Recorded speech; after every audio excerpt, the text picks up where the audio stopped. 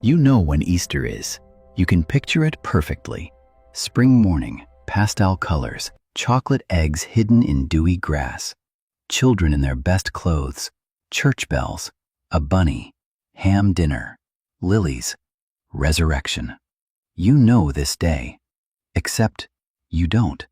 Because almost everything you think you know about Easter, the date, the symbols, the traditions, even the name itself, is a historical accident. A collision of calendars that still hasn't been resolved. A holiday that Christians can't agree on, that borrowing from festivals they condemned, celebrated with symbols that have nothing to do with the event it supposedly commemorates. Easter is the most important day in Christianity. The entire faith rises or falls on this single morning. And yet, this year, Western Christians celebrated it on April 20th. Eastern Orthodox Christians? May 5th. Same event, same resurrection, different month. That's not a quirk. That's a 1,500-year-old argument that was never actually settled. You've been told Easter is about springtime and renewal. But the crucifixion happened during Passover, a festival that can fall in winter by some reckonings. You've been told the date moves because it follows the moon. But whose moon? Which calculation? The Roman Church and the Eastern Church are using different astronomical systems to locate the same historical Friday. And that's just the date. The bunny? Never mentioned in Scripture. The eggs? Forbidden during the fast that preceded Easter for most of Christian history. The sunrise service? Condemned by early church fathers as pagan sun worship. The name Easter itself doesn't exist in most languages. In Greek, it's Pascha. In Latin, Pascha. In Spanish, Pascua. In Italian, Pasqua. All variations of Passover. Only in English and German does this word Easter appear, and we're not entirely sure where it came from. An Anglo-Saxon goddess named Eostra? Maybe. A month name? Possibly. A direction, east, where the sun rises? Perhaps. The scholarship is uncertain. What we do know is this. The thing you celebrate, the thing that feels ancient and unified and obviously Christian, is actually a 2,000-year accumulation of compromises, conflicts, and cultural collisions that were never fully resolved. This isn't about debunking your faith. This is about understanding why Easter feels so strange when you actually look at it. Why it moves through the calendar like no other holiday. Why its symbols don't match its story. Why a religion that claimed to reject pagan practice ended up celebrating its most sacred day with eggs, rabbits, and springtime festivals that predate Christianity by centuries. The Easter you know is real, but it's not original. And tonight, we're going to pull it apart, gently, carefully, historically, and watch something far stranger, far older, and far more human emerge from underneath. We'll move slowly. We'll begin with what you were told. Then we'll go back, past the church, past Constantine, past Rome, to a moment in Jerusalem when none of this existed yet. When there was no Easter, no calendar debate, no eggs, no bunny. Just a Friday execution during Passover. And then we'll watch, century by century, how that execution became the holiday you know. How empires bent it, how councils fought over it, how Northern Europeans added their spring festivals to it, how medieval peasants lived it, how chocolate companies commercialized it, how it became impossible to untangle. You can stay awake for this if you want, or you can let it wash over you. Either way, by the end, you'll understand why Easter feels like two holidays stitched together. Because it is. Let's begin with the version you inherited. Here's the Easter you were taught. Jesus rode into Jerusalem on a donkey, Palm Sunday. The crowds cheered. A week later, he shared a last meal with his disciples, Thursday night. He was arrested in a garden, tried, crucified on Friday, died at 3 p.m, placed in a tomb. And on Sunday morning, the tomb was empty. Resurrection, Christianity's central claim. God defeats death. The promise of eternal life. The entire faith hinges on this weekend. And so, Christians celebrate. Easter Sunday, the highest holy day. Churches overflow. Special services. Alleluias that were silenced during Lent burst forth again. In the Catholic and Orthodox traditions, the Easter Vigil is the most elaborate ceremony of the year. Fire, baptism, incense, bells rung for the first time in days. This is the story. Clean, clear, universal. Except when you start asking questions, it fractures immediately. First, when did it happen? The Gospels agree it was Passover. But Passover is a week-long festival. The date moves every year because it follows the Jewish lunar calendar. So when, exactly, was the crucifixion? Scholars have proposed April 7th, 30 AD, April 3rd, 33 AD, April 27th, 31 AD. We don't know, not with certainty. Second, when should Christians celebrate it? For this, you'd think there'd be one answer. There isn't. If you're Roman Catholic or Protestant in the West, Easter is calculated like this: the first Sunday after the first full moon after the spring equinox. But that's using the Gregorian calendar, adopted in 1582. If you're Eastern Orthodox, you use the same formula, but with the Julian calendar, which is 13 days behind. So the same resurrection, the same event, gets celebrated weeks apart, sometimes a month apart. In 2024, Western Easter, March 31st. Eastern Orthodox Easter, May 5th. Same Jesus, same tomb, different spring. And that's just the church disagreeing with itself. Now add the symbols. Eggs, bunnies, baskets, springtime, flowers, new clothes, parades. None of this is in the Bible. The crucifixion story is brutal. Execution, betrayal, blood, mourning. The resurrection is mystical. Angels, an empty tomb, fear and trembling, appearances that terrify the disciples. There are no eggs. There is no bunny. There is no pastel color palette. So where did they come from? The standard explanation you'll hear is, oh, eggs represent new life. The bunny represents fertility. Spring represents renewal. It all symbolizes resurrection. But that's working backward.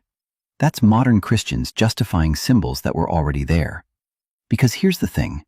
Eggs weren't just added to Easter as a cheerful symbol.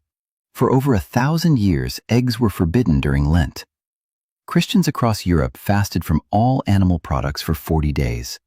No meat, no dairy, no eggs. So by Easter Sunday, you had a massive surplus of eggs. Hens don't stop laying because it's Lent. The eggs weren't symbolic, they were economic, practical. You had to do something with them. Then there's the name. If you ask someone why the holiday is called Easter, most people shrug. It's just the name. But in most of the Christian world, it's not. In French, Pâques. In Italian, Pasqua. In Spanish, Pasqua. In Greek, Pascha. In Latin, Pascha. All derive from Pesach, Passover. Because that's what it was. The Christian Passover. The fulfillment of the Exodus story. Jesus as the sacrificial lamb. But in English and German, we say Easter and Ostern. Why? The Venerable Bede, an Anglo-Saxon monk writing in 725 AD, claimed it came from Eostra, a goddess of spring and dawn. Her festival, he said, was celebrated in April, and Christians simply kept the name. But here's the problem. We have no other evidence this goddess existed. No inscriptions, no altars, no prayers, no myths. Just Bede, one monk, one passage. Some modern scholars think he misunderstood.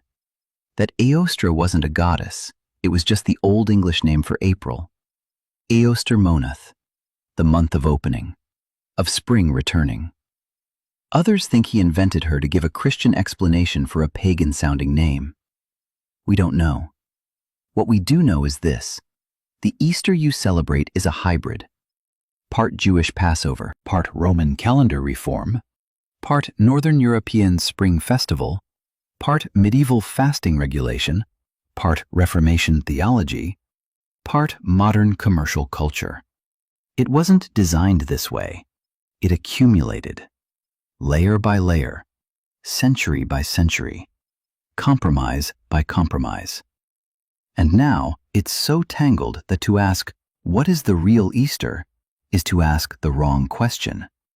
Because there is no single original. There's only the long, complicated process of how a Friday execution in Jerusalem became a global spring festival with chocolate and bunnies. And that process, that strange, human, contradictory process, is what we're going to follow. Starting with the very first Easter, when it wasn't called Easter at all. In the beginning, there was no Easter. There was Passover. And then, among the small subset of Jews who believed their executed teacher had returned from death, there was something new. A weekly remembrance. Not annual, weekly, every Sunday. Because according to the Gospel accounts, the resurrection happened on the first day of the week, Sunday, the day after the Sabbath. And so, from the very earliest days, Christians marked Sunday as special. The Lord's Day, a mini resurrection celebration every 7 days. This is attested in the letters of Paul, written in the 50s AD, within 20 years of the crucifixion. In Acts, in 1 Corinthians, in Revelation, Sunday gatherings are already assumed. But an annual celebration? A single great feast day? That came later. And it didn't start as Easter. It started as the Christian Passover, Pascha. Because Jesus, according to all 4 Gospels, was crucified during Passover. The Last Supper was a Passover meal, or the night before, depending on which Gospel you read. The chronology is disputed, but the season is not. This was Passover week. So the earliest Christians, many of whom were Jewish, continued observing Passover, but with new meaning. Jesus was the lamb, the sacrifice, the blood on the doorposts, the Exodus fulfilled. By the late 1st century, we have evidence that some Christian communities were holding an annual Pascha observance, not a joyful celebration, a fast, a solemn remembrance of the crucifixion. They fasted on the day of Jesus' death. Some communities fasted for the entire week leading up to it. The earliest Pascha wasn't about sunrise services and new dresses. It was about mourning, remembering suffering, preparing spiritually for the mystery of resurrection. In fact, for the first several centuries, the crucifixion was the emotional center, not the resurrection. Early Christian art is filled with crucifixes, suffering, the passion.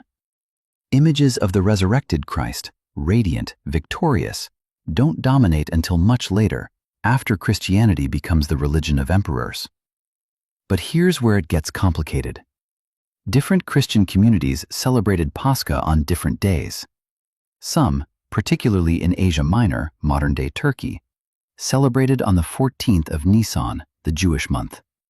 The exact day of Passover, regardless of what day of the week it fell on. These were called the Quartodecimans, the 14ers. For them, Pascha wasn't about Sunday, it was about the date, the historical date, 14 Nisan, the day the lamb was slaughtered. But in Rome and other parts of the West, Christians celebrated Pascha on the Sunday following Passover, always Sunday, because Sunday was Resurrection Day, the Lord's Day. For them, it wasn't about the calendar date, it was about the meaning. Sunday was the new Sabbath, the Christian holy day. These weren't just different preferences, they were theological statements. The Quartodecimans saw themselves as preserving the original Jewish context. Pascha was the fulfillment of Passover. You couldn't separate it. The Roman Church saw Pascha as something new, a break from Judaism. Sunday was the Christian day, and that's what mattered. By the mid-2nd century, this was causing real tension. In 155 AD, Polycarp, bishop of Smyrna, a man who had known the Apostle John, traveled to Rome to meet with Bishop Anicetus. They discussed the Pascha date. They disagreed, but they parted in peace. Both traditions, they decided, were acceptable. 40 years later, peace was over. In 195 AD, Bishop Victor of Rome declared that all Christians must celebrate Pascha on Sunday, not 14 Nisan, Sunday. He threatened to excommunicate any church that refused. This was a power move, Rome asserting authority over the Eastern churches. The response was immediate. Polycrates, bishop of Ephesus, wrote back, defiant, "We observe the exact day, neither adding nor taking away. For in Asia great lights have fallen asleep." All these observed the 14th day of the Passover according to the gospel, deviating in no respect, but following the rule of faith. He invoked the apostles. He invoked tradition. He refused to submit. Other bishops wrote to Victor, telling him to back down. Irenaeus of Lyon, ironically a defender of Roman tradition in other matters, told Victor he was being too harsh. That diversity in practice was ancient and acceptable. Victor's excommunication threat failed, but the fight didn't end. Because what started as a pastoral disagreement, 14 Nisan versus Sunday, was about to become an imperial problem. When Christianity became the religion of Rome, the question of when is Easter stopped being a matter of spiritual discernment. It became a matter of political unity. And the person who would force the issue wasn't a bishop, it was an emperor, who had just converted after seeing a vision before battle, and who now needed his new religion to look unified, authoritative, and Roman. His name was Constantine, and the meeting he called in 325 AD would fracture the Christian calendar for the next 1700 years. Constantine had a problem. He had just won a civil war, defeated his rivals, unified the Roman Empire under his rule. And he had done it, he believed, with the help of the Christian God. Before the Battle of the Milvian Bridge in 312 AD, Constantine claimed he saw a sign in the sky, a cross of light, or the Chi Rho symbol, depending on the account, and heard the words, "In this sign conquer."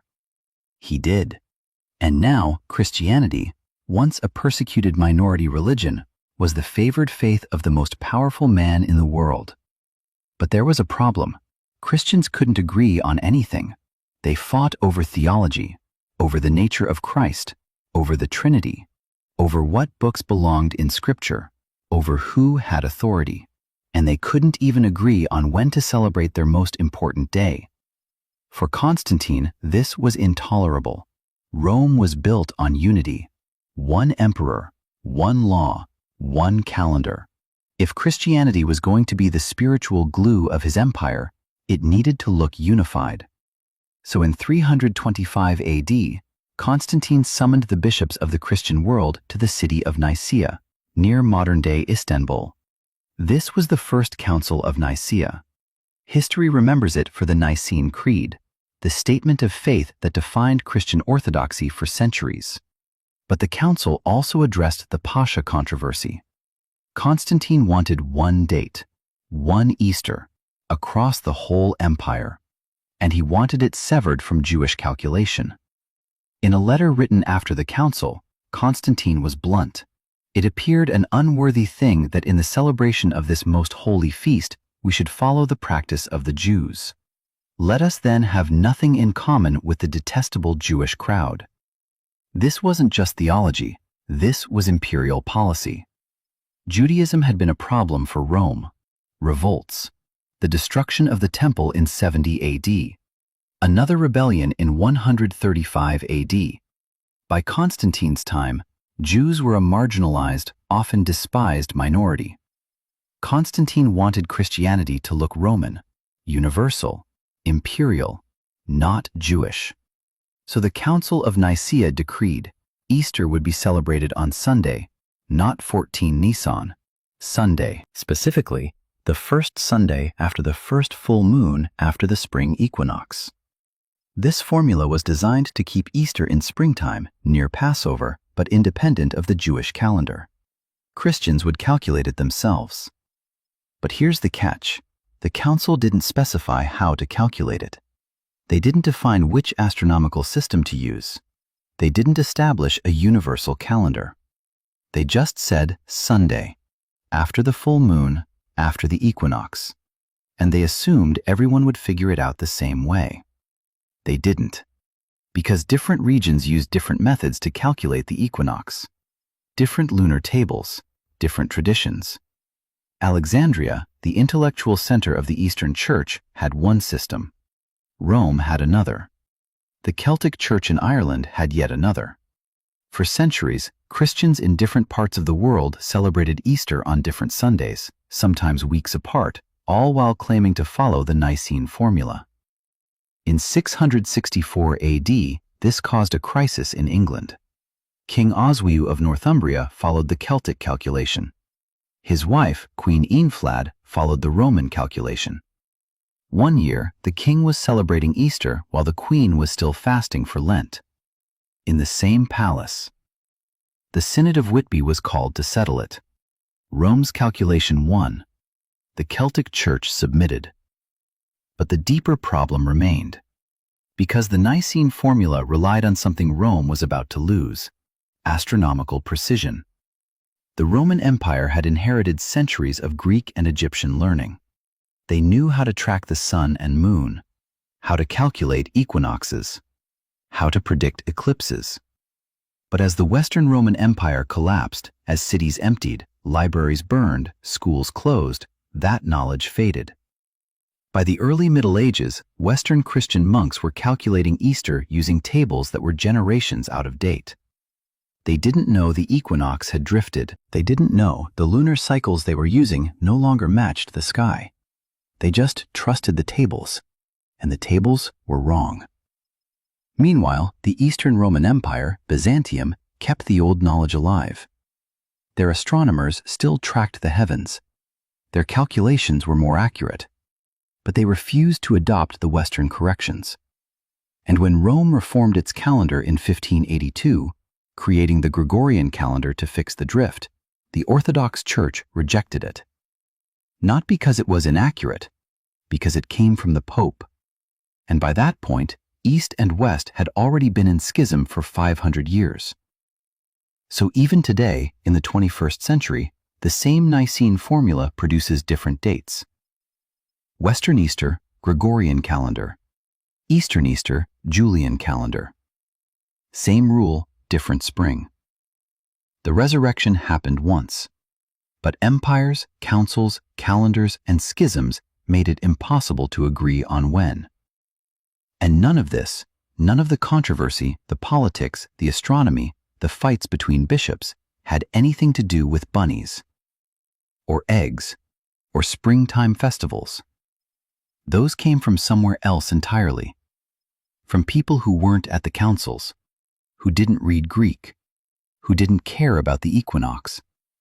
They just knew that when the snow melted and the days grew longer, life returned. And they had been celebrating that long before any Christian missionary arrived. Let's step away from emperors and councils for a moment. Let's go to a village, somewhere in northern Europe. Let's say Francia, modern France or Germany, around 800 AD.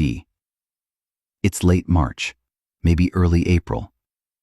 You are a peasant. You work land you don't own. Your life is dictated by seasons, by the Lord whose estate you live on, by the church whose bells mark your days. And right now, you are hungry, because it's been 40 days since you've eaten meat. 40 days since you've had cheese, milk, butter, or eggs. Lent. The priest explained it. Christ fasted in the desert for 40 days. So must you. But Christ didn't have children to feed. He didn't have fields to plow, or lambs being born, or a winter's worth of stored grain running low. You do. Your body is tired. Your hands are cracked from cold. You've been eating porridge, bread, dried peas, onions, whatever root vegetables survived the winter in the ground. The hens are still laying, but you can't eat the eggs. They've been piling up. You've been preserving some in lime water, boiling others to keep them from spoiling. You're waiting for Sunday, Pascha, Easter. The priest calls it Pascha, but in your language, Old High German or Old English or Old French, people are starting to call it something else. Something that sounds like the month, like the spring itself. Osterun, Eostra, the opening time. You don't know why. You just know that when this Sunday comes, the fast ends. You'll eat. Your village will gather outside the church before dawn. Not because you're particularly devout, you don't understand Latin, and the priest's sermons are mostly about sin and hellfire, but because everyone gathers. It's the rhythm of life. Christmas, Epiphany, Lent, Pascha, Pentecost, Harvest Feast, All Saints, Advent. The year is a cycle of fasting and feasting, deprivation and abundance. And right now, you're at the hinge point. Winter is ending. The fields are softening. In a few weeks, you'll be planting. The lambs have been born. Some survived, some didn't. The world is waking up. On Saturday night, you scrub your face and hands. You don't bathe. No one bathes regularly. It's still too cold, and heating water is expensive. But you make yourself presentable. You've been to confession. You've repented of your sins, which the priest listed for you since you couldn't think of any serious ones. Envy, sloth, lustful thoughts. You didn't mention that you're fairly sure the Lord's steward has been skimming grain, or that your neighbor hasn't been pulling his weight in the shared fieldwork. Those aren't sins. Those are facts. Sunday morning comes. It's still dark when the bells ring. You walk to the church. Others are already gathering. Someone has lit a fire outside. A new fire, kindled fresh, the priest says, though you suspect it's just coals from yesterday's hearth. The priest lights a candle from it, a big one. Expensive beeswax, not the tallow you burn at home. He carries it into the church, which has been dark for days. Stripped, bare. Now candles are being lit, one by one. The light spreads. There's chanting in Latin. You don't understand it, but you know the shape of it, the rhythm. Lumen Christi, Christ, the light. The priest sprinkles water. Holy water, he says, blessed for baptism. There's a baby being baptized. The child screams when the cold water touches its head. You think about your own children. 2 survived infancy, 3 didn't. That's normal, expected. You prayed for them, and the priest said they were with God, but you're not sure. They weren't baptized in time. You don't think about it too much. The Mass continues. More Latin. The Eucharist. Bread and wine that the priest says becomes the body and blood of Christ. You take it on your tongue. You don't chew. You let it dissolve. It tastes like bread. Then it's over. You walk back to your home as the sun rises. The sky is pale. There's a smell in the air, damp earth, animals, smoke from cook fires being rekindled. And now, finally, you eat. Eggs, boiled, fried in the fat you've saved. You crack them on the table and the yolk runs thick and yellow. It tastes like wealth. If your family is fortunate, there's a piece of ham, salted, hung in the rafters since the autumn slaughter. Your wife has been soaking it for 2 days to draw out the salt. You eat until your stomach hurts. The children are running outside. Someone has hidden a few colored eggs, dyed with onion skins, or wrapped in flowers and boiled to leave patterns. It's a game. It's always been a game. Your grandmother did it, her grandmother did it. No one remembers why. Over the next few weeks, there will be other celebrations, blessings of the fields, processions through the village carrying crosses and relics to protect the crops. You'll work, plow, plant, hope for rain, but not too much. Hope the Lord doesn't demand extra labor this season. You'll go back to fasting next year, and the year after, and your children will do the same. This is Pascha, not theology, not calendar calculations, not debates about the resurrection. It's the day winter breaks, the day you eat again, the day the hen's eggs stop being a burden and become a feast. It's the Lord's Day, yes, the priest says so, but it's also the earth's day, the spring's day, the day life once again survives.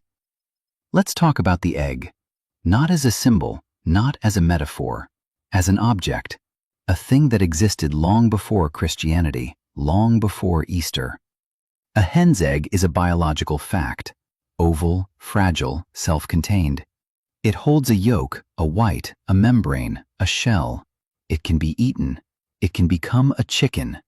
It rots quickly unless preserved, and for most of human history it was seasonal. Modern chickens, bred for industrial production, lay year-round under artificial light. But traditional hens slow down in winter. Less light, less food, less energy. They lay heavily in spring. So eggs were always abundant at the same time of year, late March, April, May, which is exactly when Pascha falls. This is not a coincidence.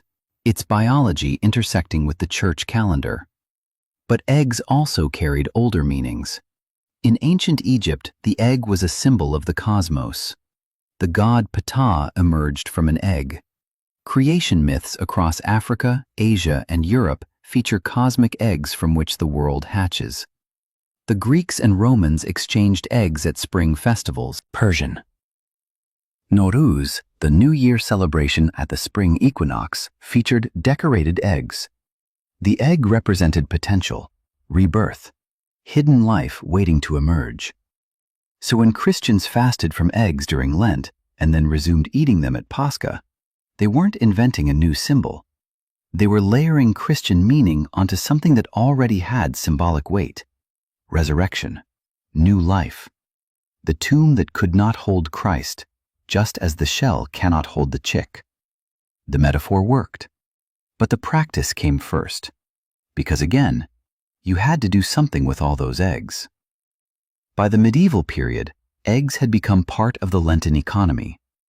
Peasants who owed rents to their lords often paid in eggs during Lent. The lord's household, bound by the same fasting rules, couldn't eat them either. So they were stockpiled, preserved in lime, in ash, in oil, or they were boiled and saved. And by Easter Sunday, noble households had hundreds of eggs. Some were given to servants as part of their Easter wages. Some were donated to the poor as acts of charity. Some were decorated.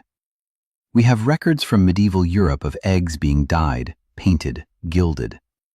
In England, Edward I's household accounts from 1290 record the purchase of 450 eggs to be dyed or covered in gold leaf and distributed at Easter. These were not hidden in gardens for children to find. These were gifts, status symbols, displays of wealth. By the Renaissance, aristocratic families were commissioning elaborate decorative eggs. Some were covered in enamel. Some were carved from wood and painted. The famous Fabergé eggs, made for Russian czars in the late 1800s, were the pinnacle of this tradition. Easter gifts, jeweled, mechanical, priceless. But here's the strange thing. While the wealthy turned eggs into art objects, peasants kept using them for games. Egg rolling, egg tapping, egg hunts. These weren't Christian inventions. They were folk customs that survived Christianization. In parts of England and Germany, people rolled eggs down hills on Easter Monday. Whoever's egg survived the longest won. Was this a resurrection metaphor? Maybe. Later. But originally, it seems to have been a fertility rite, rolling eggs across fields to bless the planting season. The church didn't create these games. It tolerated them, absorbed them, reinterpreted them. By the 19th century, Protestant missionaries were condemning egg games as pagan superstitions. But by then, it was too late. The egg had become inseparable from Easter, not because of theology, because of hens, because of spring, because of 1,000 years of peasants stockpiling, preserving, decorating, and playing with the surplus. The egg is a perfect example of how Easter became what it is, a Christian holiday built on top of agricultural cycles, which themselves carried pre-Christian symbolic weight. All of it blurred together until no one remembered what came first. And the egg, at least, makes some metaphorical sense. The bunny, though? The bunny has no biblical precedent, no patristic justification, no theological metaphor that holds up under scrutiny. And yet, it's everywhere. So where did it come from? The answer is stranger than you think. And it starts in Germany, in the 1600s, with a folk belief that terrified children. If you were wealthy in medieval Europe, Easter was glorious. If you were poor, it was complicated. Let's start with the nobles. For aristocratic families, Lent was performative. Yes, they fasted. But fasting for them meant eating fish instead of meat. And not just any fish. Salmon, pike, lamprey, oysters. Delicacies shipped from the coast, kept alive in estate ponds, prepared by skilled cooks. Medieval cookbooks contain elaborate Lenten recipes, almond milk sauces, spiced fish pies, sweetened pastries made without butter. Fasting. But luxury fasting. When Easter came, the feast was extravagant. Roasted meats, pork, beef, game birds, suckling pig, multiple courses, musicians, entertainment. The Easter table was a display of power. It said, "We have abundance. We control resources. We can afford to waste." Meanwhile, in the peasant village, Easter was relief. Not celebration, relief. Because Lent, for the poor, was genuine deprivation. No meat, no dairy, no eggs. And these weren't luxuries, they were staples. Cheese and eggs were protein, fat, calories. Without them, you were hungry, weak, vulnerable to illness. Children suffered especially. Infant mortality spiked during Lent in some regions. Historians have tracked this in parish records. Malnourished mothers, malnourished babies. The church said suffering brought you closer to Christ. The poor had no choice but to agree. Easter, then, was survival, the return of food, the ability to rebuild strength before the hard labor of spring planting. But even the feast was stratified. If you were a peasant, your Easter meal might include 1 egg per person, a small piece of salted pork if you were fortunate, bread, pottage. If you were a landless laborer, you might get nothing extra at all, just the end of the fast. The church, too, experienced Easter differently depending on rank. For bishops and abbots, Easter was high ceremony. Elaborate vestments, gold candlesticks, incense, choirs. The Easter vigil in a cathedral was a theatrical production. Fire, darkness, light, baptism, bells. It was designed to awe, to remind the congregation that the church was powerful, eternal, magnificent. For rural parish priests, Easter was work. Hearing confessions for days leading up to Holy Week, preparing the Eucharist, conducting services in cold, drafty churches. These men were often barely educated. They stumbled through Latin. They lived off tithes, 1/10 of their parishioners' grain and livestock. They were closer to peasants than to bishops. And for women, Easter was invisible labor. Noble women organized household feasts, oversaw servants, managed the complex logistics of feeding dozens or hundreds of people. Peasant women prepared what little food there was, boiled the eggs, baked the bread, managed the children. Women were not allowed to preach, not allowed to administer sacraments, not allowed near the altar during Mass. But they were expected to be more pious than men, to pray more, to confess more, to model humility and obedience. Easter, for women, was a performance of devotion they could never fully control. And then there were the children. For noble children, Easter meant new clothes, gifts, sweets. For poor children, it meant the end of hunger, and perhaps, if they were very lucky, a colored egg. But childhood in the medieval world was brief. By age 7, many peasant children were working. By 12, they were adults. Easter games, egg rolling, egg hunts, were some of the only moments of play in lives that were otherwise labor. No one wrote this down, no council debated it, but the divide was real. Easter was resurrection for everyone, in theory, but in practice, it was a mirror of the world's inequality. The rich feasted on Easter because they feasted all year. The poor survived Easter because it meant they could eat again, and the church blessed both. Told the rich their wealth was God's favor, told the poor their suffering was holy. The same resurrection, the same empty tomb, but experienced in completely different worlds. And none of this gap between lived experience and liturgical symbol, was unique to Christianity. Because Easter wasn't just absorbing spring festivals and eggs and folk customs. It was also absorbing the older, darker truth about religion and power, that the sacred and the social were never separate, that every ritual carried within it the question of who eats and who starves, who is remembered and who is forgotten, who speaks and who stays silent. And as we'll see, the biggest misconception about Easter, the one that still shapes how it's understood today, wasn't about the date, or the eggs, or even the bunny. It was about what resurrection actually meant, and who it was for. Here's what you've been told about Easter. It's about personal salvation. Jesus died for your sins, rose for your eternal life.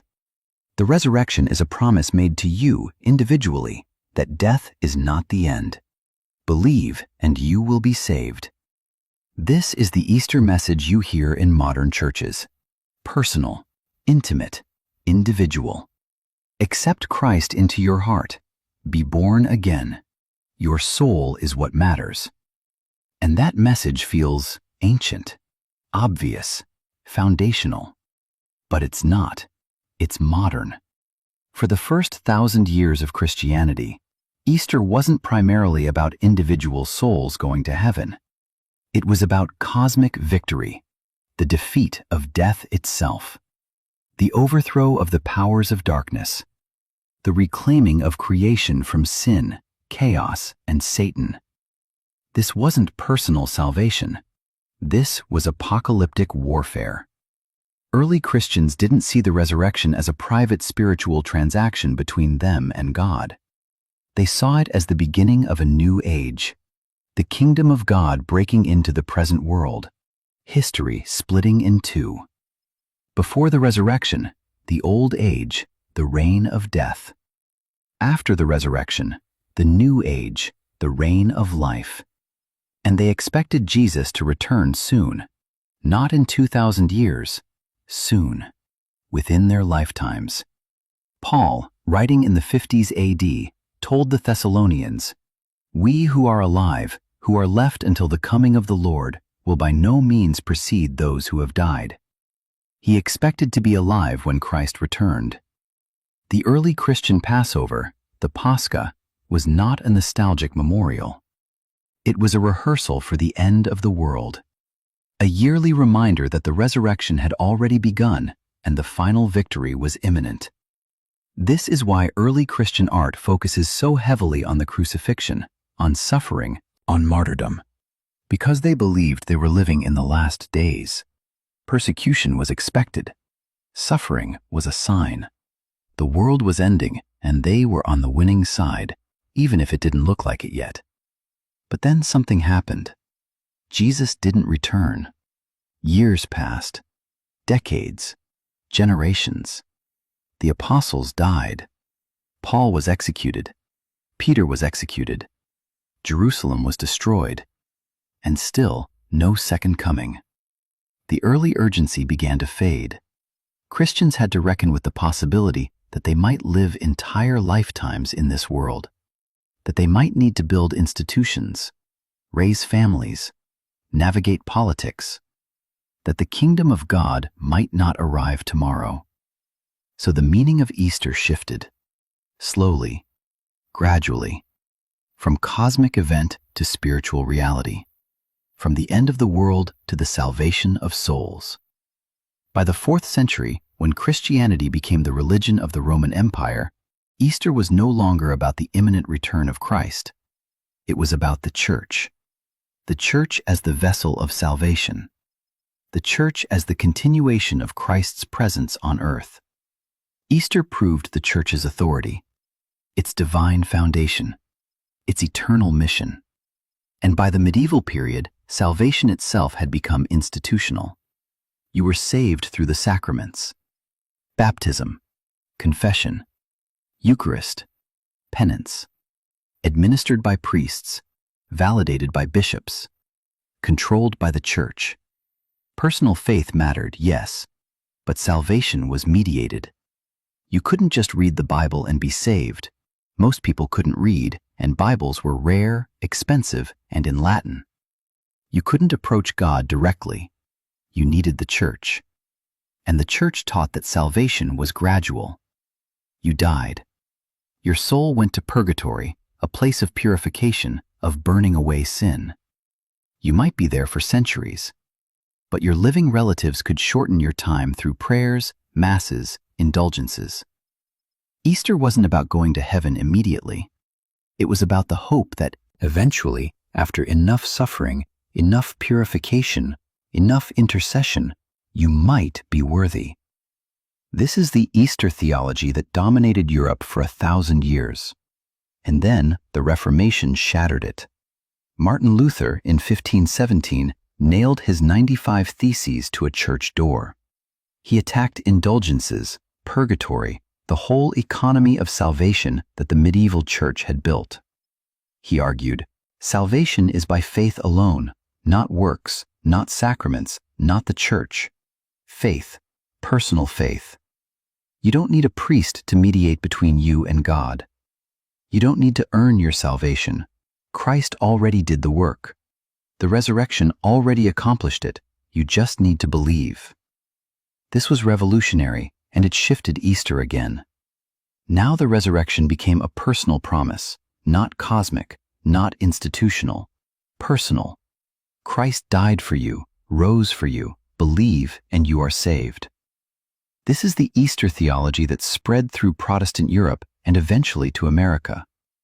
This is the Easter of evangelical altar calls, of personal testimonies, of being born again. And it feels true, it feels ancient. But it's not how the first Christians understood resurrection. They weren't thinking about their individual souls, they were thinking about the renewal of all creation. The resurrection of the body, not the escape of the soul. A new heaven and a new earth. The end of empire, of injustice, of death itself. Easter, in the earliest Christian imagination, wasn't about going to heaven when you die. It was about heaven coming here, God reclaiming the world, the dead rising, everything made new. Somewhere along the way, that vision narrowed. From cosmic to personal, from the world reborn to the soul saved. Both are in the tradition, both are theologically valid, depending on who you ask. But they're not the same thing. And when you hear someone say, Jesus rose so you can go to heaven, you're hearing centuries of theological evolution compressed into a single sentence. You're hearing Augustine. You're hearing Luther. You're hearing American revivalism. You're not hearing the first Christians. They would have asked, go to heaven? Why would we want to leave? God is coming here. This is the misconception. Not that Easter is about resurrection, but about what resurrection actually means, and whether it's for individuals or for the cosmos, for souls or for bodies, for the next life or for this one remade. The early church said both, but over time, Christianity chose. And in choosing, it changed what Easter was promising. Now, let's turn to the part of Easter that never changed, the part that was always there, beneath the theology and the arguments, the part that was older than Christianity, the rituals, the repetitions, the things people did year after year, whether they understood them or not. Rituals don't need reasons. They just need repetition. Do something once, it's an action. Do it every year for generations, and it becomes sacred. Not because someone decided it was sacred, but because it was repeated. And repetition creates meaning. Let's start with fire. Across Europe, from Ireland to Greece, Easter begins with fire. New fire. On Holy Saturday night, the night before Easter Sunday, churches extinguish all their candles. The altar is bare. The space is dark. Outside, a fire is kindled. In some traditions, it's struck from flint. In others, it's lit from a perpetual flame kept burning all year. The priest lights a large candle from this fire, the Paschal candle. He carries it into the dark church, chanting, Lumen Christi, Christ the light. The congregation responds, Deo gratias, thanks be to God. One by one, individual candles are lit from the Paschal flame. The light spreads. The church fills with flickering warmth.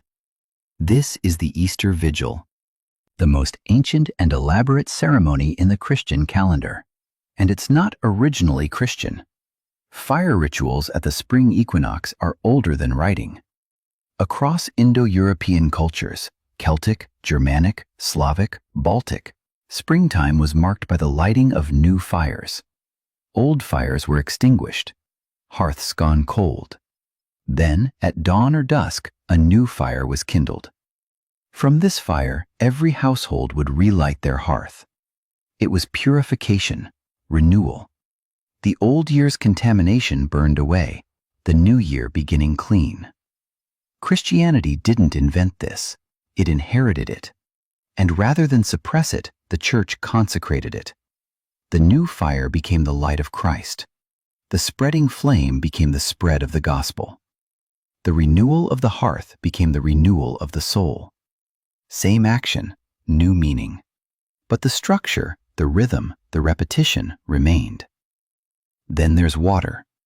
The Easter Vigil includes baptisms. Converts, often adults in the early church, were baptized during the Pascha celebration. They fasted, they renounced Satan.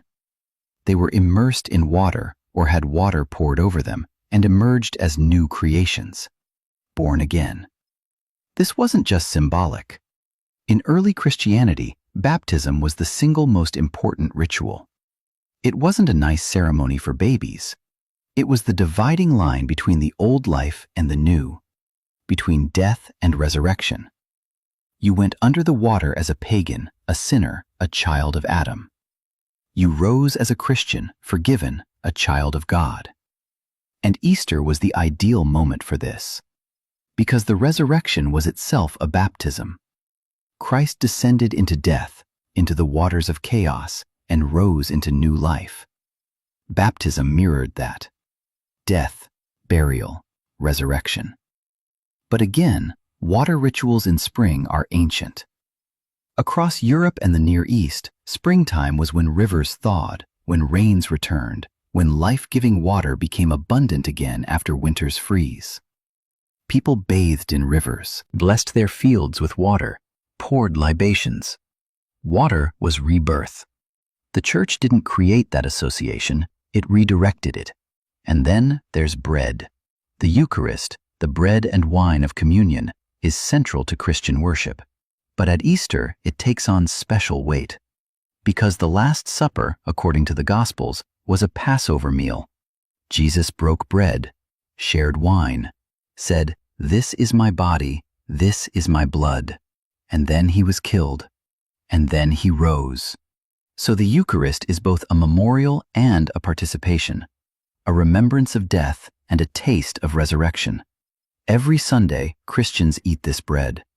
But on Easter, it feels different, heavier, more real, because this is the day it all happened.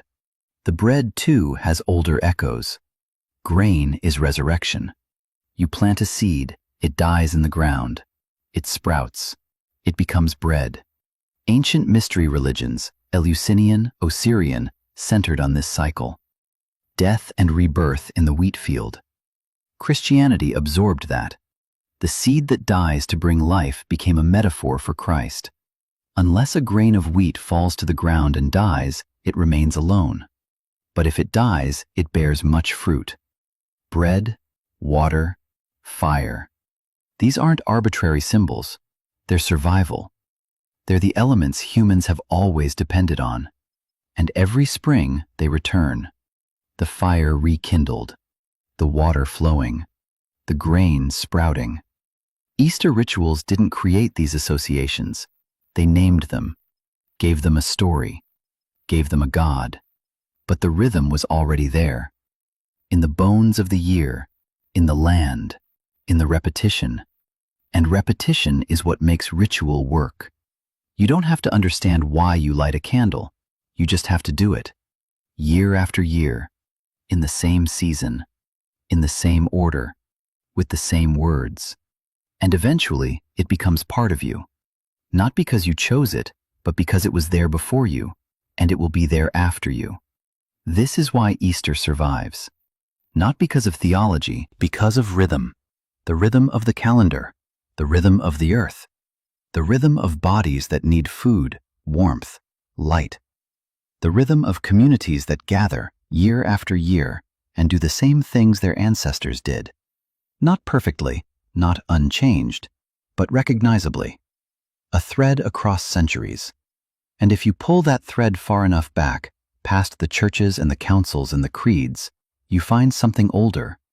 Something that was never fully Christian and never fully pagan, just human, repeating, enduring, waiting for spring. Easter is about resurrection, but for most of history, it was lived in the shadow of death. Not metaphorical death, real death. Bodies that stopped breathing, flesh that rotted, children who didn't wake up. Let's be clear about what life was like for most people in pre-modern Europe. You were born. Maybe. Childbirth killed mothers regularly. 1 in 10 births in some estimates. Higher in bad years. If you survived birth, you had a decent chance of dying before age 5. Disease, malnutrition, accidents. Infections that today would be treated with antibiotics. If you survived childhood, you worked. Hard physical labor. In fields, in workshops, in homes. Your body wore out. By 30, you were aging. By 40, you were old.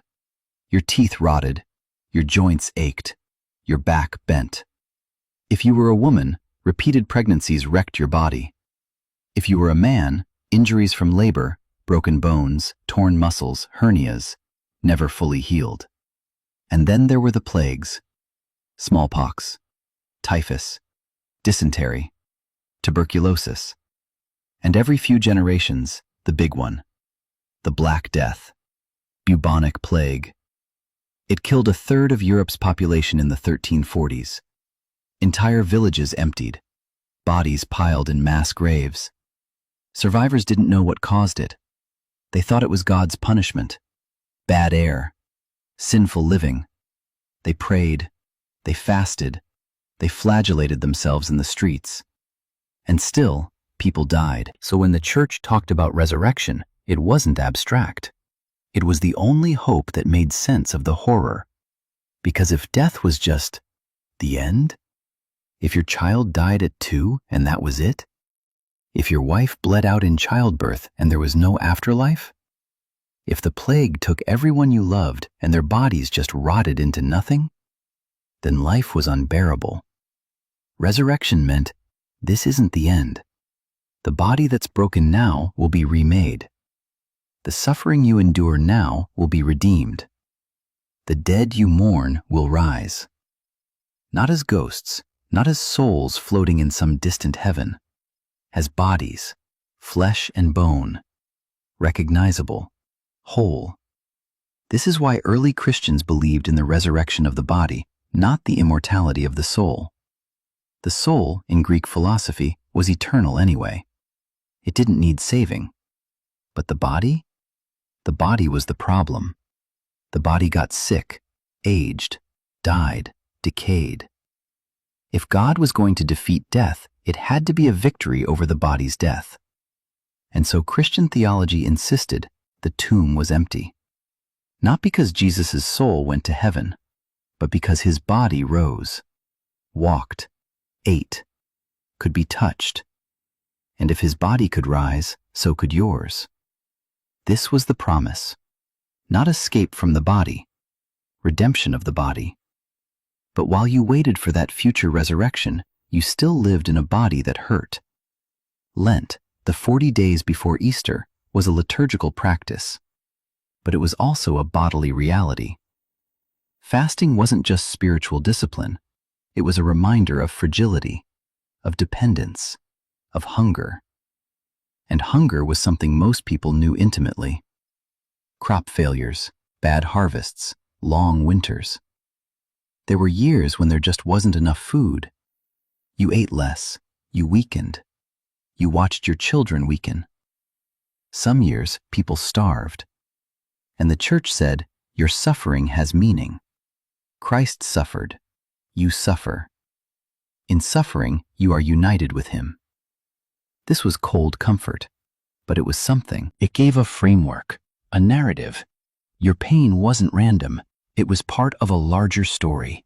And at the end of that story, at Easter, there was the promise of a body that would never hunger again, never hurt again, never die again. For women, this promise carried special weight because women's bodies were sites of danger. Menstruation was considered unclean, polluting. Women were barred from certain religious spaces during their periods. Pregnancy was life-threatening. Every childbirth was a gamble, and if you survived childbirth, you might face years of repeated pregnancies. No reliable contraception, no concept of reproductive choice. Your body was expected to produce children until it couldn't anymore. And when it wore out, when you hemorrhaged or the baby was breached or infection set in, you died. The church offered no medical solution, but it offered resurrection. A body remade, no longer bound to cycles of blood and pain and birth, a body free. For men, bodies broke differently. Injuries from farm work, from war, from manual labor, backs that gave out, limbs crushed by carts or plows. No surgery, no pain relief beyond alcohol or, if you were very fortunate, opium. You lived with pain, and you died with it. Easter said, this body is temporary. The broken body is not the final body. It was a theology born of necessity, not from philosophers debating in comfortable rooms, but from people living in constant proximity to death. People who needed to believe that the body's suffering wasn't the end of the story. And so they gathered every spring and reenacted the death and resurrection of Christ. Not as a distant historical event, but as a present reality, a promise made to their own failing flesh. This is the part of Easter that gets sanitized in modern retellings, the part that gets replaced with pastel eggs and cheerful hymns. But for most of Christian history, Easter was dark before it was light. It was crucifixion before resurrection. It was the acknowledgement that bodies die, horribly, painfully, inevitably. And only after sitting with that, only after the fast, the vigil, the darkness, did the light return, did the bells ring, did the feast begin. Because resurrection only means something if death is real, and for most of history, death was the realest thing there was. For over 1,000 years, Easter remained relatively stable. The date still shifted, East and West still disagreed. Folk customs still blended with liturgy, but the basic structure held. Lent, Holy Week, the Vigil, Resurrection, Feast. The rhythm of deprivation and abundance, darkness and light, death and life. Then, in the span of about 400 years, the world transformed, and Easter transformed with it. The first crack came in the 1500s, the Reformation. Martin Luther's challenge to the Catholic Church wasn't just theological, it was structural. He rejected the authority of the Pope, the necessity of priests, the entire sacramental system that had mediated salvation for centuries. And with that rejection came a new kind of Easter. In Catholic regions, Easter remained elaborate. Processions, incense, statues of the dead Christ carried through streets. The full liturgical drama. In Protestant regions, especially Calvinist and Reformed areas, Easter was stripped down. No statues, no processions, no veneration of relics. Just scripture, preaching, the plain word of God. In some radical Protestant communities, Easter was barely celebrated at all. The Puritans, for example, were suspicious of all church festivals. Christmas, Easter, saints' days. They saw them as Catholic corruptions, pagan holdovers. In 17th century England, under Puritan rule, Christmas and Easter were briefly banned. Not discouraged, banned. You could be fined for feasting on Christmas or Easter. The Puritans believed the Bible prescribed only one holy day, the Sabbath. Everything else was human invention. This didn't last. The monarchy was restored, the festivals returned. But it reveals something important. Easter was never as unified or inevitable as it seemed. It was always contested, always fragile, always one reform movement away from being dismantled. Then came the Enlightenment, the 1700s, the age of reason, science, skepticism. Intellectuals began questioning the miraculous claims of Christianity. Could a man really rise from the dead? Could bread really become flesh? Could the Bible really be the literal Word of God? For the first time in European history, large numbers of educated people began to doubt. Not just the Church's authority, but the resurrection itself. Easter, for these skeptics, became a metaphor.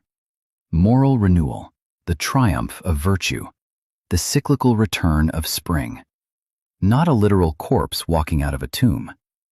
By the 1800s, this rationalist approach had spread.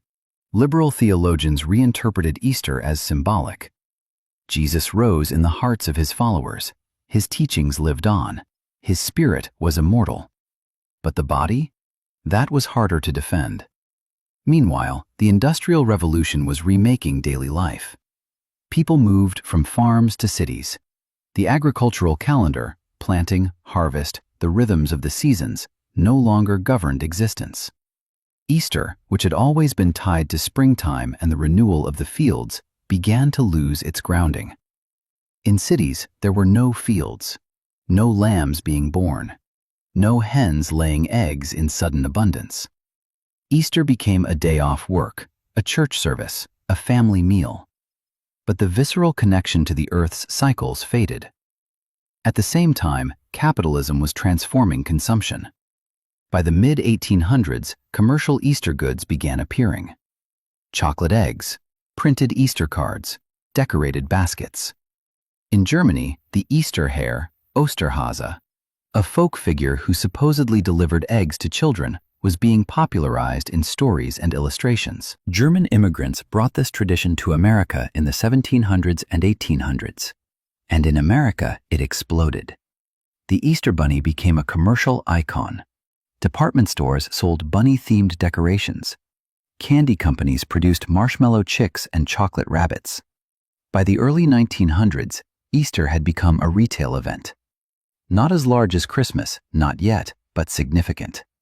The religious meaning was still there. Churches were still full on Easter Sunday. But now, Easter was also about shopping, about children's gifts, about spring fashion, about displaying bourgeois respectability through consumption. And then came the 20th century's great disruptions. World War I, the collapse of empires, the Russian Revolution. In the Soviet Union, Easter was suppressed. Churches were closed. Priests were imprisoned. Religious education was banned. The Bolsheviks promoted atheism. They mocked Easter as superstition. But people continued celebrating in secret, baking the traditional Kulich bread, painting eggs, gathering in homes when they couldn't gather in churches. Easter became resistance. a way to preserve identity under a regime that wanted to erase it. In Western Europe and America, Easter remained public. But 2 world wars had shaken faith. How do you preach resurrection after the trenches of the Somme, after the Holocaust, after Hiroshima? The easy optimism of 19th century liberal Christianity couldn't survive the 20th century's horrors. Some turned back to traditional theology, neo-orthodoxy, a return to the mystery of resurrection, even if it couldn't be rationalized. Others left the church entirely. By the 1960s and 70s, secularization was accelerating in the West. Church attendance declined, especially among the young. Easter remained a cultural event: egg hunts, family dinners, spring break. But for many, it was no longer a religious one. And yet, paradoxically, Easter also globalized. Christian missionaries had spread the holiday to Africa, Asia, Latin America, starting in the 1500s. But by the 20th century, Christianity's center of gravity was shifting. Europe, once the Christian heartland, was secularizing.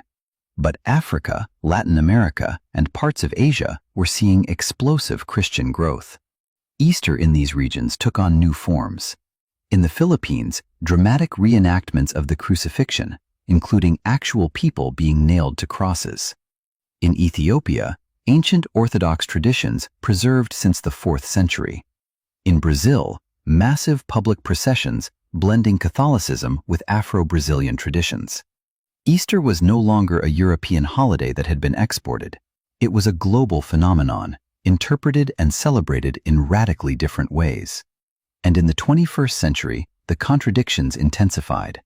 In some parts of the world, Easter is more commercialized than ever. Egg hunts sponsored by corporations. Easter brunch as a luxury hospitality event. In others, it remains deeply sacred.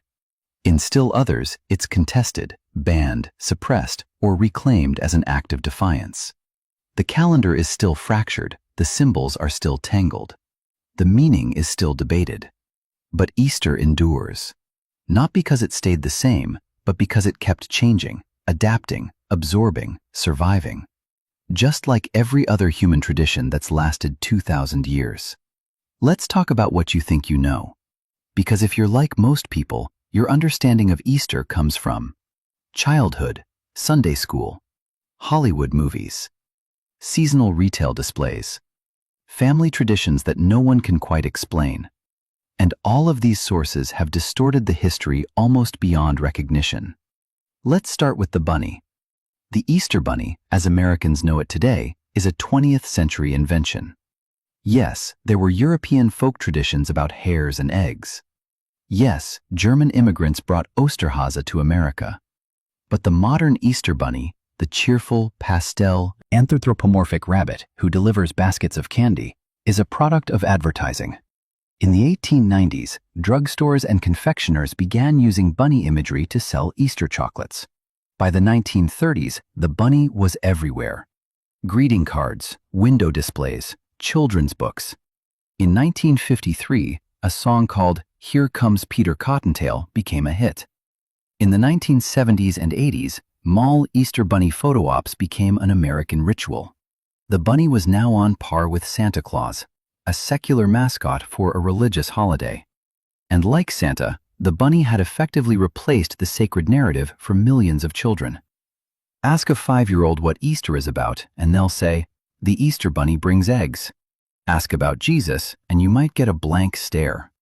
This isn't an accident. It's the result of a deliberate commercial process. Retailers needed a figure that was cute, non-threatening, universally marketable, disconnected from any specific theology. The bunny fit perfectly. Now let's talk about the eggs. You already know eggs have deep historical roots in Easter. But the chocolate egg is modern. The first chocolate Easter eggs were produced in Europe in the early 1800s, as chocolate manufacturing became industrialized. By the late 1800s, companies like Cadbury in England and Lindt in Switzerland were creating elaborately decorated chocolate eggs. Expensive, luxurious, gifts for the wealthy. But by the mid-20th century, mass production made chocolate eggs cheap and ubiquitous. Now, they're the default. The egg hunt, once a folk game involving real boiled eggs, became a hunt for foil-wrapped chocolates. The religious symbolism of the egg as new life was buried under branding. Cadbury cream eggs, Reese's peanut butter eggs, Peeps. The egg became a candy delivery system. And then there's the way Easter is depicted in film. Hollywood has always had a complicated relationship with religious stories. The crucifixion and resurrection have been filmed dozens of times. The Passion of the Christ, 2004, is the most famous recent example. Brutal, visceral, focused almost entirely on suffering. It was controversial, accused of being gratuitously violent, of stoking anti-Semitism, but it was also historically concerned, at least in certain details. Aramaic dialogue, period-accurate costumes. Compare that to earlier Hollywood depictions. The Greatest Story Ever Told, 1965. King of Kings, 1961. These were reverent, sanitized. Jesus glowed. Everyone spoke in King James English. The resurrection was depicted as a light show. Angels with perfect hair. Music swelling. No blood, no dirt. No Roman brutality. These films shaped how millions of people imagined Easter, not as a first-century Jewish Passover in occupied Judea, but as a timeless, placeless, vaguely European myth. Jesus looked like a Swedish actor. The disciples looked like a Renaissance painting. Mary Magdalene was beautiful and tearful and always slightly in soft focus. This is the Easter of popular imagination. Ahistorical, romanticized, comfortable. And it's everywhere. In children's Bibles, in church pageants, in Sunday school flannel boards. The actual historical context, the political violence, the Roman occupation, the threat of insurrection, the reasons Jesus was executed, gets lost. Easter becomes a story about personal salvation, not about a colonized people under imperial rule, not about a movement that threatened both religious and political authorities. Not about a man executed as a political criminal. Just, Jesus died for your sins, he rose. Believe and you're saved. Clean, simple, individualized. Then there's the internet. The 21st century has produced an entirely new layer of Easter distortion. Conspiracy theories, pagan origin claims, viral misinformation. Every year, around Easter, social media fills with posts claiming Easter is actually named after Ishtar, the Babylonian goddess. Eggs and bunnies are pagan fertility symbols the church stole. The resurrection story is plagiarized from older dying and rising god myths. Some of this has a grain of truth. Yes, there are older springtime festivals. Yes, there are older myths involving death and rebirth. Yes, Christianity absorbed and reinterpreted existing cultural practices. But the viral claims are almost always oversimplified or outright wrong. Ishtar and Easter are not etymologically related. Scholars have debunked this repeatedly. The dying and rising god parallels are far weaker than internet memes suggest. And the idea that Christianity stole everything from paganism ignores how religions actually work, through slow, messy cultural blending, not deliberate plagiarism. But nuance doesn't go viral, memes do. And so, every Easter, millions of people encounter a version of history that feels rebellious and enlightening, but is just wrong. Or at least misleadingly reductive. Meanwhile, in tourism, Easter has become a brand. The Vatican's Easter Mass draws tens of thousands. Jerusalem's Holy Week processions are packaged as pilgrimage experiences. In Seville, Spain, Easter processions are UNESCO heritage events. Tourists flood the city. In the Philippines, the crucifixion reenactments are photographed, filmed, turned into documentaries. Easter has become a spectacle, something to witness, to consume, to post on Instagram. The sacred and the commercial have merged so completely that it's impossible to separate them. And in all of this, in the commercials, the movies, the memes, the tourist brochures, the actual history fades. Easter stops being a specific event in a specific time and place. It becomes a floating symbol, vaguely spiritual, vaguely meaningful. Something you're supposed to feel good about, even if you're not sure why. This is the distortion. Not that Easter has changed, but that the changes have been forgotten. Buried under layers of marketing, nostalgia, and cultural assumption. And the result is a holiday that feels ancient and eternal, but is actually modern and invented, or at least constantly reinvented, which in a way is the most honest thing about it. Because Easter has always been reinvented, by councils, by emperors, by peasants, by merchants, by filmmakers, by candy companies. The question isn't whether Easter is real, it's which version of Easter you're talking about, and why that version survived. So why is Easter still here, after 2,000 years? After empires rising and falling, after reformations, revolutions, and secularization? After the calendar fracturing, the symbols tangling, the theology splintering? Why does Easter endure? The simple answer is Christianity endures. And Easter is Christianity's central claim. Without resurrection, there's no faith. Paul said it explicitly. If Christ has not been raised, your faith is futile. So as long as there are Christians, there will be Easter. But that's not the whole answer. Because Easter survives even where Christianity has weakened, even where churches are empty, even where belief has faded. People still hunt for eggs, still gather for meals, still mark the springtime. So let's ask a deeper question. What does Easter offer that keeps it alive, even when its theology is contested or forgotten? First, it offers rhythm. Humans need calendars. We need markers in time.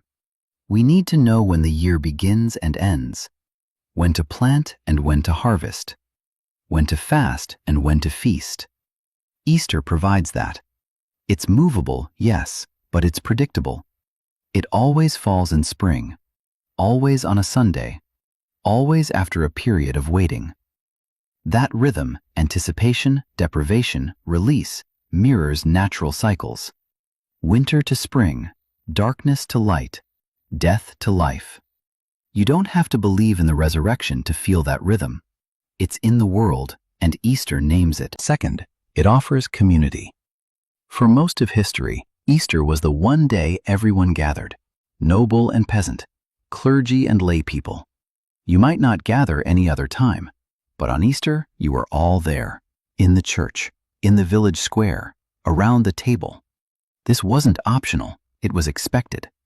And in a world where daily life was isolating, where you worked alone in fields, where winters were long and dark, Easter was a reminder that you were part of something larger.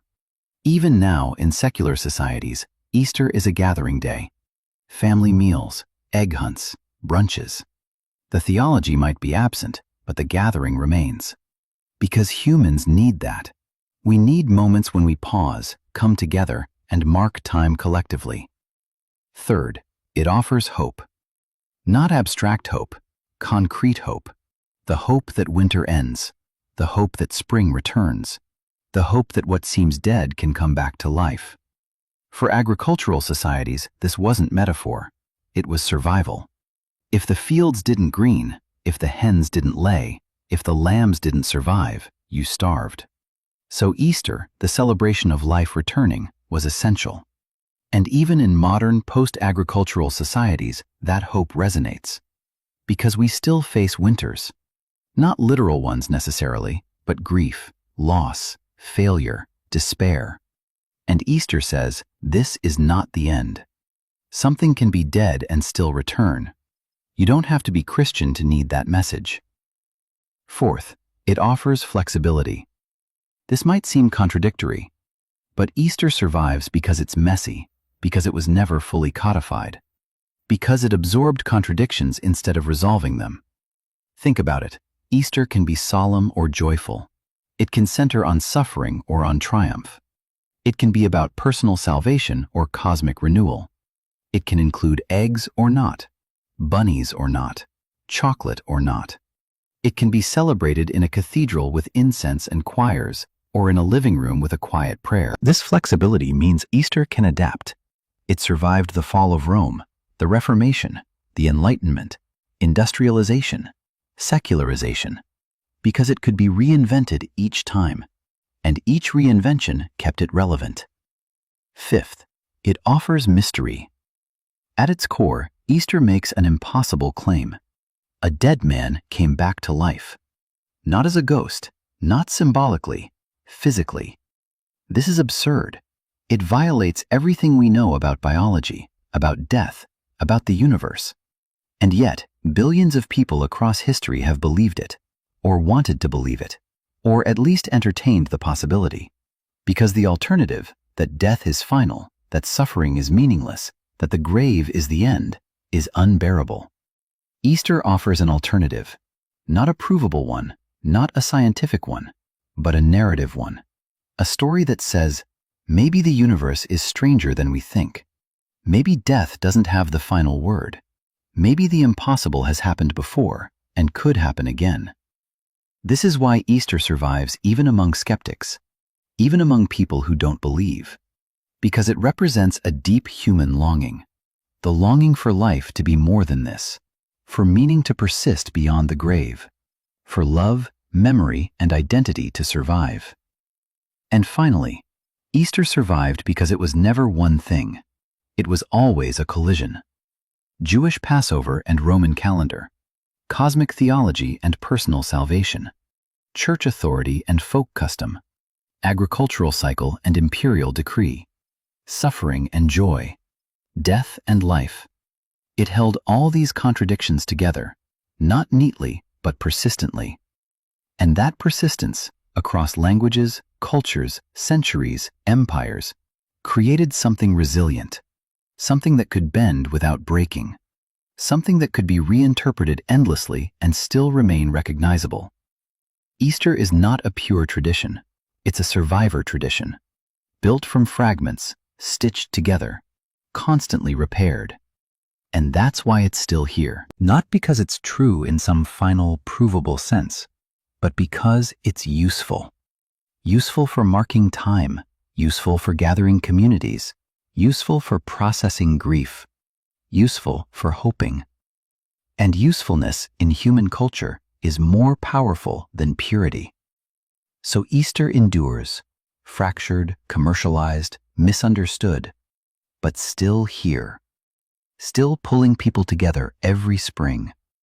Still telling a story about death that doesn't win, even if no one can quite agree on what the story means anymore. Let's step back, all the way back, past the candy and the commercials, past the theological debates and the calendar wars, past the councils and the emperors, to the simplest question: what is Easter actually about?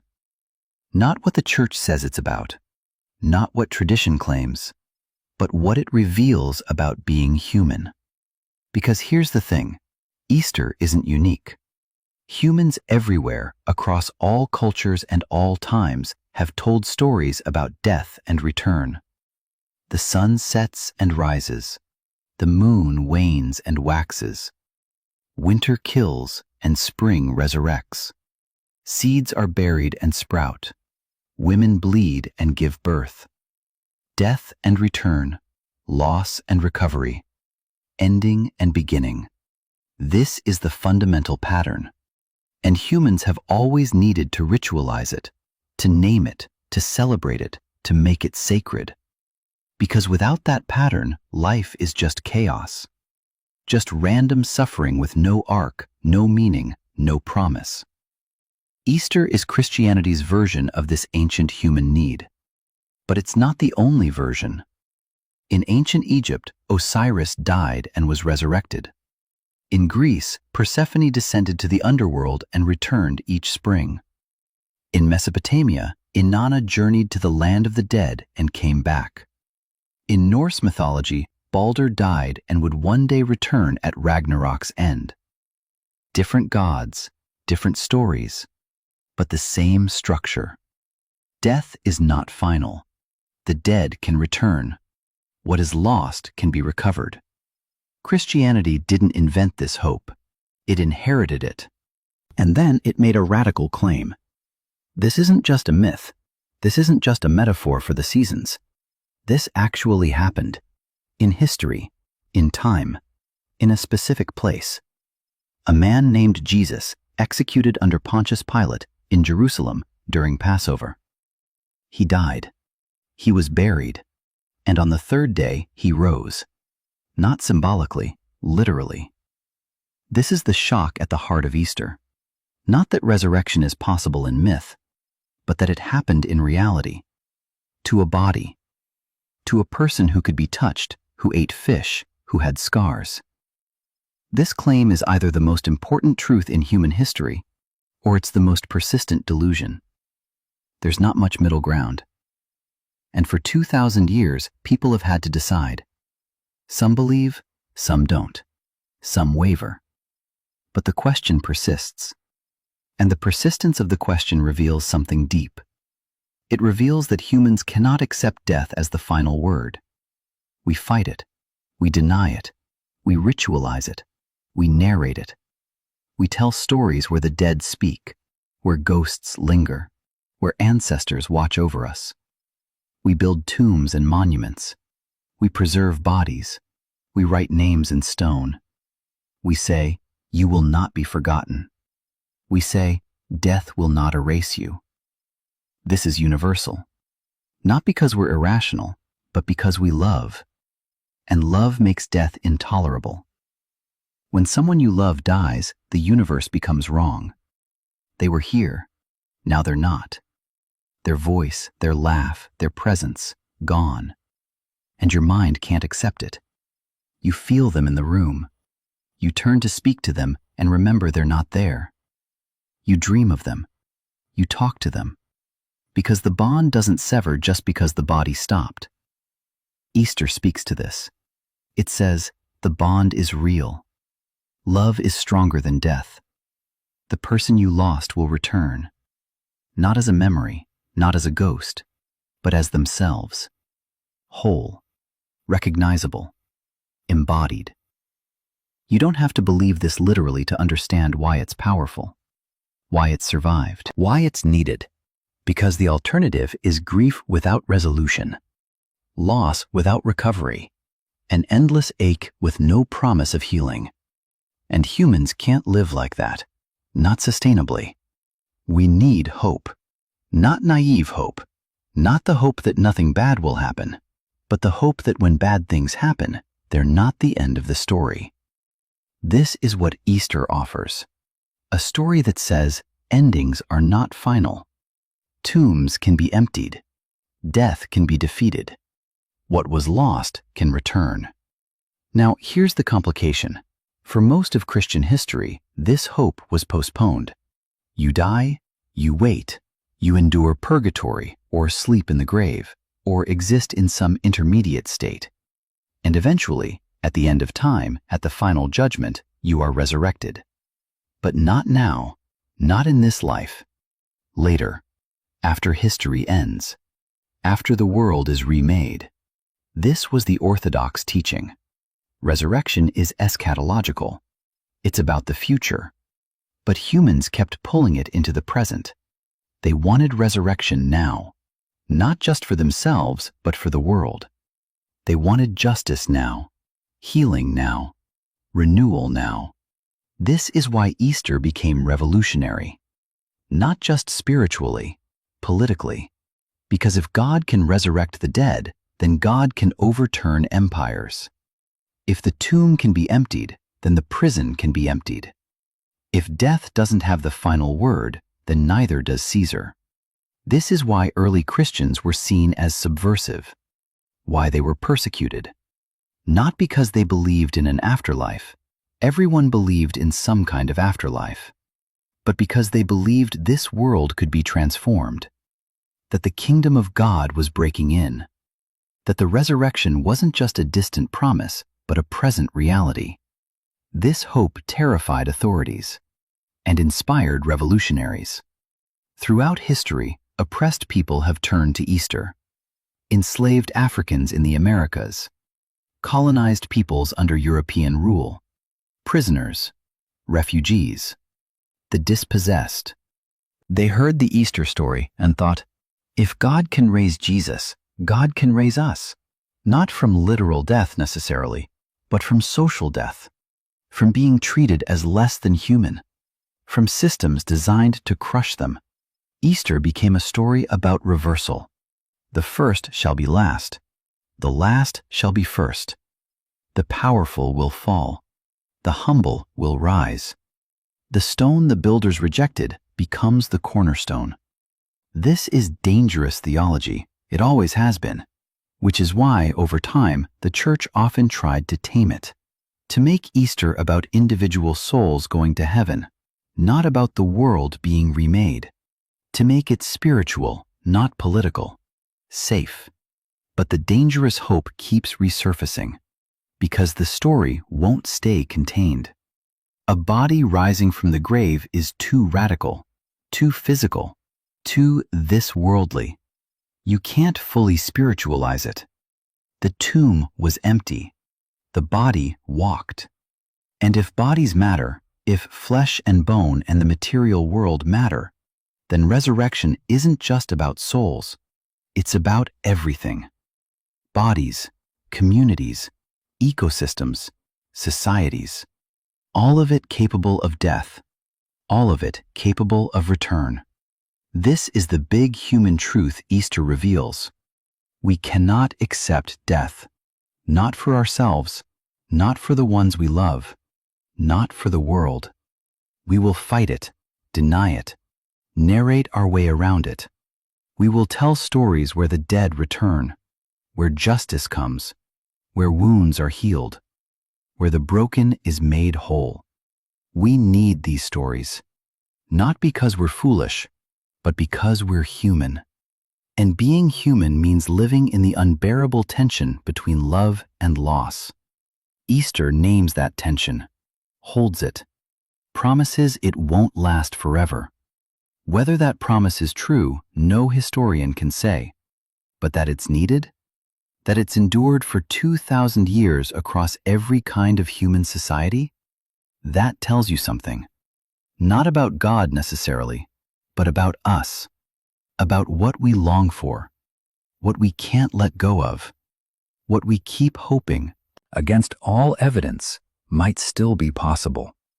That the ending isn't the ending, that the story continues, that love is stronger than death, even when death looks like it's won. It's late now. You've been listening for a while, and by now, you know more about Easter than you did when we started. You know it's not one thing. It's 1,000 things layered across centuries. A Jewish Passover and a Roman execution. A calendar war and a spring festival. A theological claim and a commercial brand. A hope for the world and a hope for the soul. It's all of it, tangled together, never resolved. And maybe that's fine. Maybe it's better this way. Because the world isn't clean. History isn't linear. Traditions don't stay pure. They evolve. They adapt. They absorb contradictions. They survive by becoming messy. Easter is messy. It always has been. And in that mess, there's something deeply human. Something honest. Because humans are messy too. We don't believe one thing consistently. We hold contradictions. We want personal salvation and cosmic justice. We want heaven and the renewal of the earth. We want resurrection to be metaphor and literal truth. We light candles and hide chocolate eggs and sing hymns and scroll through memes, and all of it, somehow, is Easter. All of it is part of the tradition, not because someone planned it, but because it accumulated, year after year, generation after generation. People doing what their parents did, with small changes, adding something new, forgetting something old, until the shape of the thing shifted, but never broke, because the thread held. The thread of gathering in spring, of marking time, of remembering that winter ends, that darkness doesn't last, that life somehow keeps returning. You can fall asleep to this if you want. You don't need to hold on to every detail. You don't need to remember the names of councils or emperors. Just the shape, the rhythm, the pattern. Winter, spring, death, life. Fasting, feasting, darkness, light. It's old. Older than Christianity, older than Rome, older than writing. It's the rhythm of the world. And Easter is just one way of naming it. One way of saying, we see the pattern. We trust it. We believe or hope or wish that it will continue. That spring will come again. That what is lost will return. That the story doesn't end in the tomb. Whether you believe that theologically or not doesn't matter right now. What matters is the rhythm, the ritual, the repetition, the way humans across all times and places have gathered at the hinge points of the year and said, something is changing, something is dying, something is being born. Let's mark it. Let's remember it. Let's eat together, light fires, tell stories. Let's not face the turning of the seasons alone. This is what survives. Not doctrine, not purity, but the act of gathering, the act of hoping, the act of saying year after year, maybe this time, maybe this spring, maybe this resurrection, maybe. And in the maybe, there's comfort, not certainty, but companionship. The knowledge that others have stood here before, wondering the same things, hoping the same hopes, carrying the same contradictions. You are part of a long line, stretching back through centuries, through candlelit vigils and dawn services, through fasts and feasts, through grief and joy, through all the Easters that have ever been celebrated, in cathedrals and house churches, in secret and in public, in defiance and in devotion, in wealth and in poverty, all of them different, all of them Easter. And now it's yours. Whatever you make of it, whatever it means to you, or doesn't mean, that's fine. The tradition is large enough to hold you, to hold your doubt, your questions, your contradictions, because it's held everyone else's for 2,000 years. And it's still here, still turning with the seasons, still gathering people, still lighting candles in the dark, still telling the story of the empty tomb, and still, every spring, allowing the possibility, just the possibility, that death is not the end. We started with a contradiction. You know when Easter is. Except you don't, because Easter moves. Western Church, Eastern Church, different springs, same resurrection, different calendar. And we've traced that contradiction back, through councils and emperors, through astronomy and politics, through agricultural cycles and commercial branding, through theology and folklore, through everything Easter has ever been. And now, at the end, we return to the same place, the contradiction.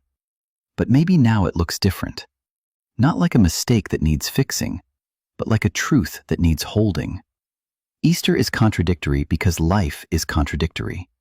Death and life, grief and hope, memory and forgetting, ending and beginning.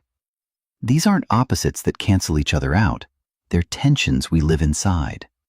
And Easter, messy, fractured, impossible to pin down, holds those tensions. It doesn't resolve them. It just says, we've been here before. Humans have always faced this. The loss of someone loved, the fear of our own ending, the question of whether anything survives. And we've always needed rituals to mark it, to create space for grief and hope to coexist, for doubt and faith to sit side by side. Easter is that space. It always has been. Not a single answer, but a conversation across millennia. A conversation about what it means to lose and what it means to hope, and whether hoping is foolish or necessary or both. You don't have to resolve it tonight. You don't have to decide what you believe. You can just let it rest. The questions, the contradictions, the mysteries. Let them settle like dust, like snow falling quietly in the dark, covering everything, softening the edges, making the world gentle for a while, because that's what night does. It takes the sharp things, the arguments, the certainties, the divisions, and softens them, until all that's left is the rhythm. Breath in, breath out. Darkness, light. Winter, spring. Death, life. The same rhythm that's been here all along, underneath the theology, underneath the commerce, underneath the names and dates and doctrines. Just the world turning, the seasons cycling, the years passing, and humans gathering, year after year, spring after spring, lighting fires, sharing food, telling the old stories, adding new ones, keeping the thread alive. Not because it's provable, but because it's needed. Because without it, we're alone with the dark. And with it, even if we don't fully believe it, even if we hold it loosely, we're part of something larger. Something that was here before us, something that will continue after. A rhythm, a ritual, a hope that the tomb doesn't hold, that the winter doesn't last, that what is lost can somehow return. Not the same, never the same, but recognizable, still itself, still here. Like spring arriving quietly, not announced, not explained, just present. One morning you wake and the air has changed. The light is different, the birds are back, and you realize it happened again. The world didn't end. The cycle held. Life returned. Maybe that's all Easter ever was, a way of noticing, a way of marking the moment when winter breaks, when the sun stays longer, when the earth softens, when the hens lay and the lambs are born and the fields turn green, and a way of saying, this matters, this return, this persistence, this refusal of death to be final. We see it, we honor it, we gather around it, and we let it mean something, even if we're not sure what, even if we can't articulate it, even if we just stand in the early morning light and feel something shift. That's enough. It's always been enough. The rest, the creeds, the calendars, the controversies, those came later. But the first thing, the oldest thing, was just this. People noticing, people gathering, people hoping, and then going to sleep. Trusting that when they woke, the world would still be here, still turning, still offering the possibility of another spring, another beginning, another chance. And that's what we offer you now. Not answers, not certainty, just the old rhythm, the quiet hope, the gentle suggestion that you can let go now. Let the questions rest. Let the contradictions be. Let the history settle into memory, and let yourself drift into sleep, into darkness, trusting, or at least allowing the possibility that morning will come, that light will return, that the story continues, even when you're not watching, even when you're resting. The world keeps turning, the seasons keep changing, and somewhere, always, it's spring. Somewhere, always, something is being born. Somewhere, always, the tomb